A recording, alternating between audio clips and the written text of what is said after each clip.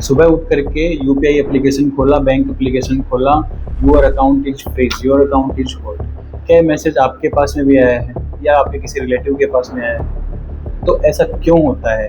क्यों cyber crime की वजह से अकाउंट होल्ड होता है, फ्रीज होता है? और अगर हो गया तो उसको अनहोल्ड अनफ्रीज करवाने के लिए आपको क्या प्रोसेस करनी पड़ेगी, इस वीडियो में अपन पूरा समझेंगे। ये सिर्फ एक कहानी नहीं है, ना ही एक ये वीडियो है, बहुत सारे लोग इससे गुजर रहे हैं। और मेन बात ये कि लोगों को पता भी नहीं होता कि इसको सही कैसे करवाना है। इस वीडियो में हम देखेंगे कि ये क्यों होता है, कैसे होता है, और एग्जैक्टली इसको अकाउंट को अपन वापस कैसे ओपन करवा सकते हैं। पहले ये समझना जरूरी है कि हमारा अकाउंट फ्रीज या होल्ड क्यों होता है। जब कोई भी कंप्लेंट 1930 या एनसीआरपी पोर्टल पर जाती है तो वो अमाउंट होल्ड करना पड़ता है, वो अमाउंट फ्रीज करना पड़ता है ताकि कोई निकाल ना सके।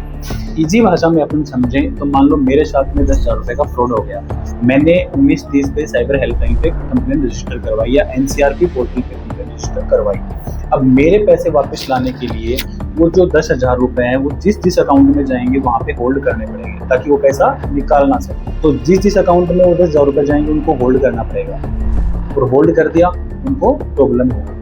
अब प्रॉब्लम क्या होती है, बहुत सी बार पता भी नहीं होता है कि फोर्थ प्लेयर, फिफ्थ प्लेयर, जिनको कोई मतलब नहीं होता कि कंप्लेंट कहाँ से लगे, कहाँ से, लेकिन उनके अकाउंट में पैसा आ जाता है और वो बेचारे उस समस्या से जूझते रहते हैं। उनको बताते हैं कि बैंक में जाओ, यहाँ जाओ, तो वो चक्कर पे चक्कर लगाते रहते हैं और एग्जैक्टली उनको ये नहीं पता कि अपने अकाउंट को ओपन कैसे करवाना है। तो ये 3 टाइप होते हैं, जैसे अकाउंट होल्ड हो गया, फ्रीज हो गया, लीन हो गया। फ्रीज अकाउंट जब होता है तो उसमें ना तो अपन डेबिट कर सकते हैं ना अपन क्रेडिट कर सकते हैं। और जब अकाउंट होल्ड होता है साइबर क्राइम की वजह से, तो एक जो मिनिमम बैलेंस होता है कि आपके अकाउंट में ये 5,000 रुपये हैं, आपके अकाउंट में ये 1,000 रुपये हैं, उनकी वजह से आपका अकाउंट होल्ड लगा है। तो वो जो अमाउंट है सिर्फ उसी पे होल्ड लगता है, बाकी आप अकाउंट यूज में ले सकते हो। और जो लीन अमाउंट है, लीन अमाउंट का मतलब ये है कि आपके अकाउंट में 5,000 रुपये थे, लेकिन आप उसमें आपने उस अमाउंट को काम में ले लिया और फिर कंप्लेंट बाद में लगी, तो जब आपके अकाउंट में 5,000 रुपये आप वापस नहीं से आएंगे तो लीन हो जाएगा, मतलब वो आपको दिखता रहेगा लेकिन आप काम में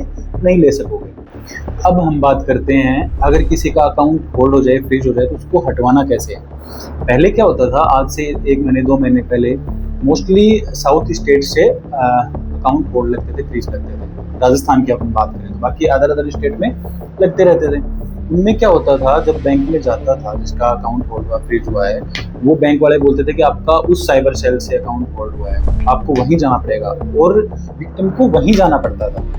उस साइबर सेल से एनओसी मिलती थी, वो एनओसी बैंक में जाती थी, तभी अकाउंट अनफ्रीज अनहोल्ड होता था। बट अभी क्या हो गया है, गवर्नमेंट की नई एसओपी जारी हुई है, उसमें हो गया है कि अब आपको दूसरे स्टेट में जाने की कोई आवश्यकता नहीं।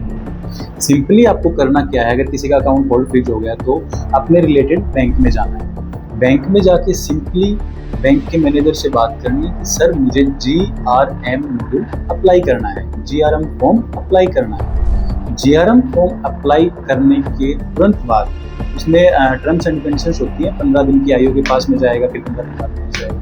बट आपको कहीं जाने की जरूरत नहीं पड़ती, सिर्फ बैंक में जाओ, GRM मॉड्यूल अप्लाई करो, फॉर्म अप्लाई करो, आपका खाता अनहोल्ड अनफ्रीज हो जाएगा। काफ़ी बार क्या होता है, विक्टिम किसी का अकाउंट होल्ड फ्रीज हो रखा है, वो बैंक में भी जाते हैं, बट उनको वो रेस्पॉन्सिबिलिटी नहीं मिल पाती है, रेस्पॉन्स नहीं मिल पाता है उनको कि वो बैंक में जा रहे हैं, GRM मॉड्यूल अप्लाई करना, तो उनको नहीं बता पाते। आपको सिंपली बैंक के नोडल ऑफिसर से मिलना है, अगर वो बोलते हैं कि GRM हम अप्लाई नहीं कर रहे, या फिर आपको बैंक के मैनेजर से मिलना है, और आप वो GRM फॉर्म भर के उनको क्लिक करके दीजिए, अपनी ट्रांजेक्शन डिटेल्स दीजिए। सभी के पास में ट्रांजेक्शन डिटेल्स होने चाहिए कि हाँ मेरे ये ट्रांजेक्शन आया, तो ये ट्रांजेक्शन डिटेल्स ये मेरा पर्सनल पैसा है, मेरा खुद का पैसा है।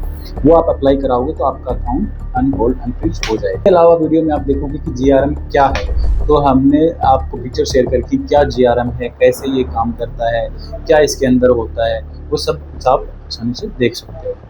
मतलब अब आपको कहीं जाने की ज़रूरत नहीं है, ना किसी अदर स्टेट जाने की ज़रूरत है, ना किसी वकील से मिलने की ज़रूरत है कि भाई कोई वकील बोलता है कि मैं आपका अकाउंट इतने रुपये में खुलवा दूँगा, इतने रुपये में खुलवा दूँगा। किसी से मिलने की कोई आवश्यकता नहीं है, सिंपली अपने बैंक में जाना है, अपने बैंक को बोलना है कि मेरा GRM फॉर्म अप्लाई कर दो। बहुत से लोग ऐसा होता है कि 5,000 10,000 रुपए का नॉर्मल उनका होल्ड लगा होता है, नॉर्मल उनका अकाउंट फ्रीज होता है। अकाउंट आजकल तो फ्रीज होने बंद हो गए, होल्ड ज़्यादा रहता है। नॉर्मल होल्ड रहता है 5,000 रुपए का, वकील को दलाली के चक्कर में 15,000 20,000 रुपए तक दे देते हैं। काफ़ी सारे वकील ऐसे होते हैं, सब नहीं होते हैं। कोई एक 100 में से एक भी निकल गया कि नहीं मैं आपका अकाउंट खुलवा दूंगा, फिर कोई दलाल बोल रहा है कि नहीं मैं आपका अकाउंट खुलवा दूंगा, मैं आपका होल्ड हटवा दूंगा।